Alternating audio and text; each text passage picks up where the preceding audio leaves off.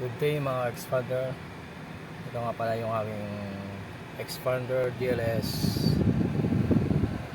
23 model. So almost 1 year and 6 months na po siya. So ang natatakbo niya po is 33,000 kilometer. So marami na po siyang nabuntahan.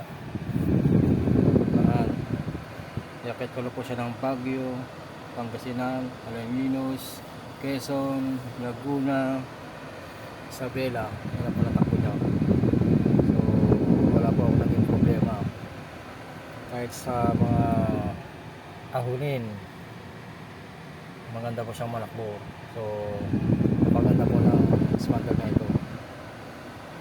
Kahit loaded po siya, kaya po niya. Ito po yung load niya. So ganda pa rin yung sa aircon niya, napakalamig. So yan po.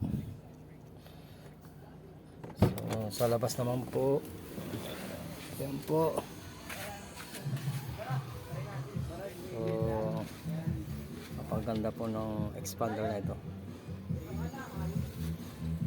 Yahoo! Bye bye!